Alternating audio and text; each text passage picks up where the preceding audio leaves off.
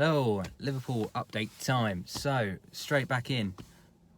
Nice break for the boys, and straight back in with the Norwich game away, which has felt like forever since we had a Premier League game. So it was really good to watch that one. However, I was really excited for it, but the game it didn't really live up to expectations, did it? It was a pretty poor game, if we're honest. I think there was one highlight in the first half. There was not really a lot in that match. Obviously, a narrow 1-0 win. Another good away match. You would expect more against bottom of the league away. Norwich have let in quite a lot of goals, but I mean there was obviously rustiness. They looked like they were good to actually play. Keita came in, Chamberlain kept his place as well. Fabinho and Mane on the bench, but yeah, just a little bit of match fitness. I think they were missing. The rustiness was not quite there. Keita in the first half. Just giving the ball away continuously, looking for that pass in the final third, and nowhere near. I don't even know who he was seeing in the first half. He was really poor. So to see him play the whole game was surprising, which makes me think he's definitely not playing on Tuesday in the Atletico game. Obviously, Bobby missed a late chance. Van Dijk probably should have had a pen, but luckily Mane came off the bench and got us out of trouble, really. Great ball from Henderson again, another assist. I think he's got more attacking returns than any other player in the last 5 weeks in the Premier League. Goals and assists. So it was a lovely touch from Mane on the spin. Horrible conditions. It was one of them where you try and take the corner and the wind blows it off the spot. So to bring that down, they've taken it. He's taken it with his left, I think, and then with his right, and then turned and smashed it on in his left into the bottom corner past the keeper. So yeah, narrow 1-0 win. I was getting a bit worried. You don't really. Obviously we can afford a draw, but away to Norwich, you don't want to be dropping 2 points, do you? So 25 points clear. Obviously, Man City's game against West Ham last week was cancelled because of the weather. So we're now 5 wins away from that title. Also, which I didn't realise has crept back up again, that was our 17th Premier League win in a row, which is insane. We did do that before, going back to last season to the start of this, until that draw with Man United, which ended that run one short of the Man City record of 18 wins in a row. So again, next game is West Ham at home, so we should really win that, and we should equal the record of 18 straight Premier League wins. What more do you say about that? It's absolutely mental. To go unbeaten for 18 games is a good effort. To win 18 in a row is incredible. So that's fantastic. So that was all good. Happy days. Obviously, Man City didn't play. They've got obviously a game in hand. That would only be back to 22, and they've got West Ham at home on Wednesday, and they got Leicester away on Saturday. So you'd probably expect 3 points from the West Ham, and maybe a draw, depending on which Leicester turn up. So we'll see how that goes. But yeah, on Man City, obviously the big news really in the world of football, they've been banned from the Champions League for 2 seasons, which kind of just dropped like an absolute bomb out of nowhere. We knew they were obviously in a bit of bother with it. It's been brought up before, they've been fined in the past, but for it to actually be an actual ban of Champions League football for 2 seasons is quite incredible. Obviously the time frame that they're investigating is 2012 to 2016, where Man City did actually win a title in that time. But as far as I understand it, you can make a 45 million loss, then you can make a 30 million loss, and then you need to be balancing the books by year 3, which they've not done. So the 2014 league title that they just pipped us to when Gerrard obviously had that infamous slip has been thrown out in question about being stripped, but I can't see it. I think obviously Juventus had something similar with the scandal. Couple of league titles were taken away from them and awarded to second place, which it's not the same. Obviously those players that would have won it in 2014, they're not going to celebrate. That initial celebration is taken away, isn't it? Like a gold medal in an Olympic sprint where the gold's been disqualified with drugs, and then you get the gold medal a couple of years later. So why it's taken this long, I'm not sure, but Gerrard said he's very interested on how it ends, especially with the 2014 title, so we'll see what happens there, but I can't see that. Obviously a 2-year ban going forward. I think probably reduced to 1 year on appeal. AC Milan has something very similar as well.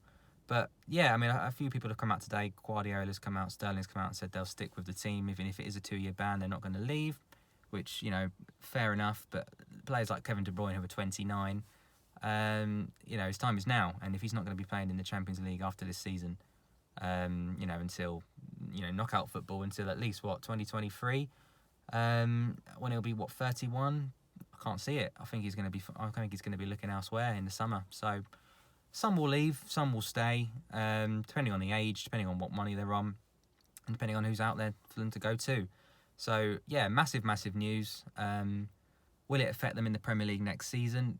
Obviously, the Premier League have got their own rules. Maybe they'll hand out a points deduction. I was speaking to my colleague at work saying that, if they were to be given one this season, they're banned from the Champions League anyway and not going to win the league. So a points deduction in this season is completely pointless. To actually make it affect them, it has to be next season from day one.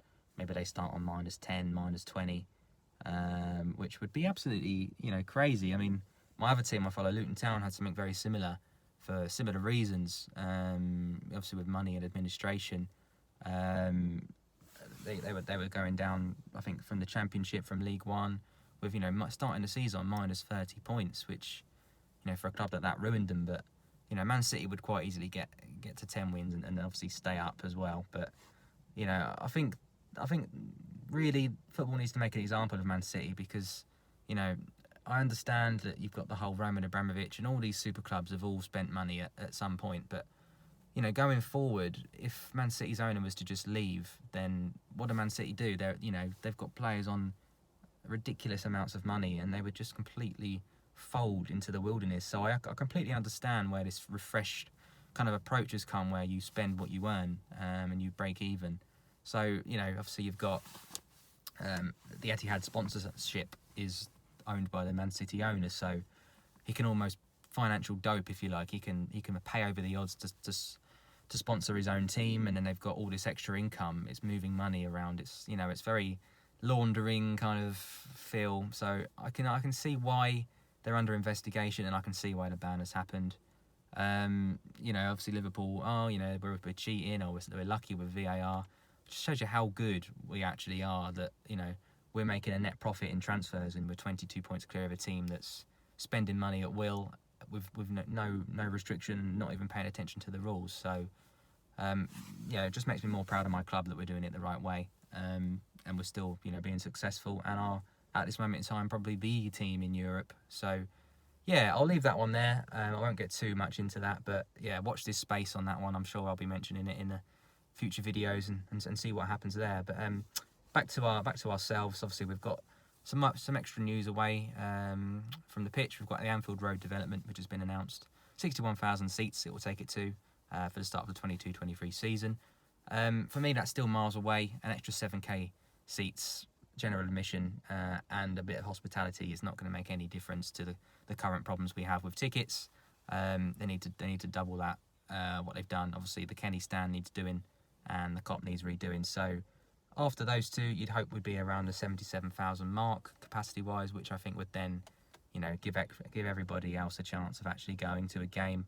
They need to fix the process as well, but obviously if they're adding another 9 for the Kenny stand, another 7 for the Kop and Anfield Road, it's that's much better. And this whole unlimited sponsorship of if you're not a member, you can't get a ticket, but if you are a member, you can't anyway because there's millions of members.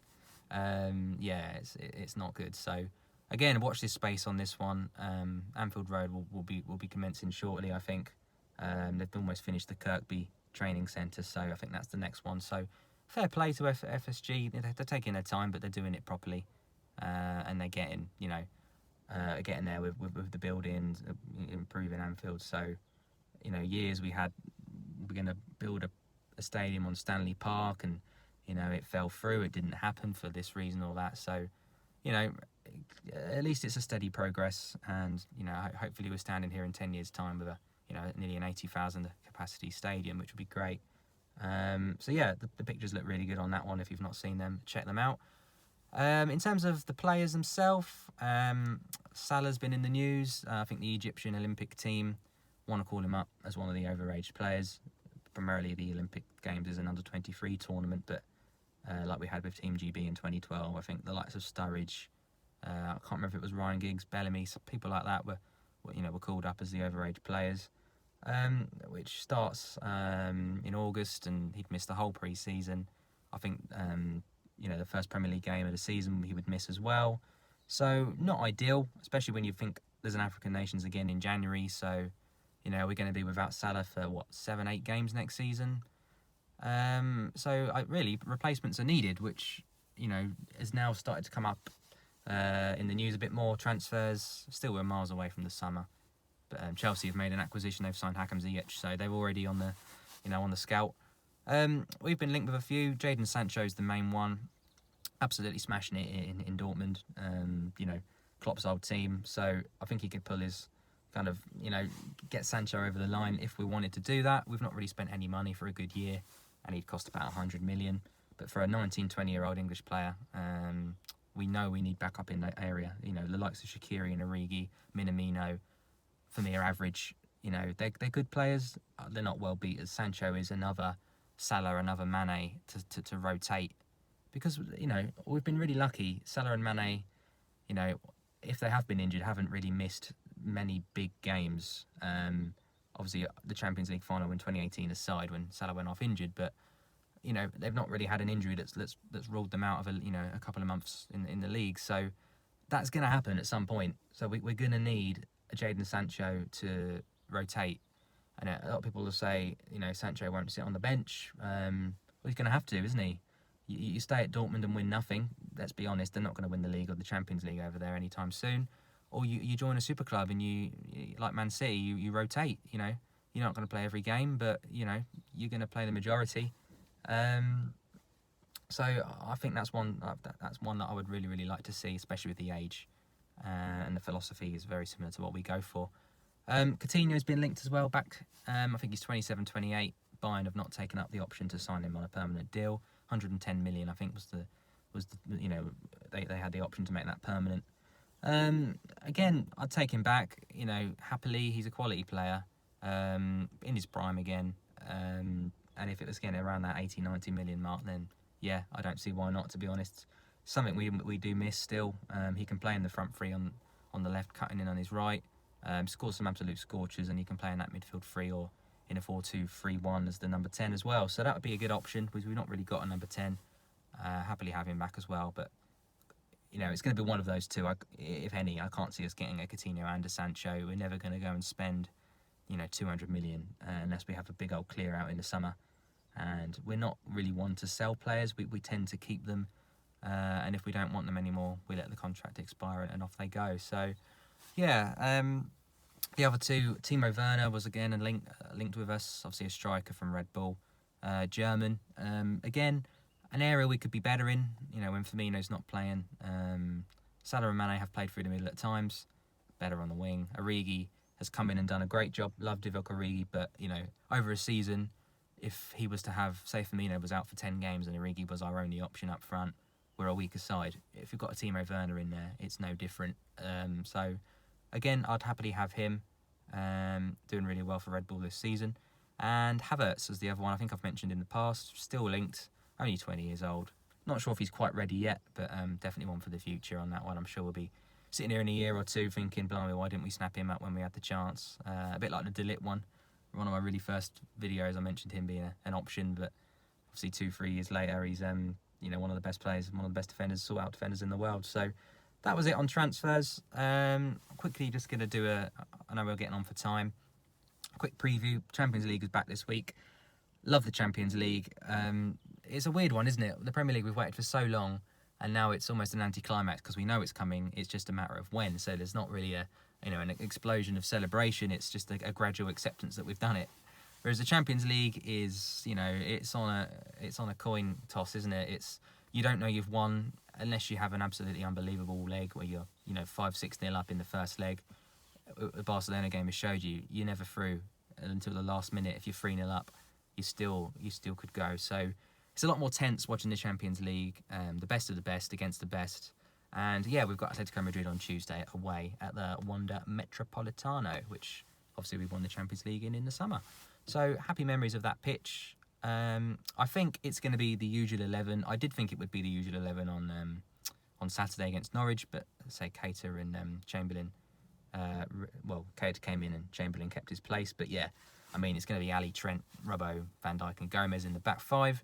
Fabinho's going to be sitting. Hendo is unbelievable in that 8. Keep him there. Genie on the other side for the energy. And the usual Salah, Mane, Firmino up front for me. Obviously, you've got people like Milner that came on. Chamberlain that played in that game as well.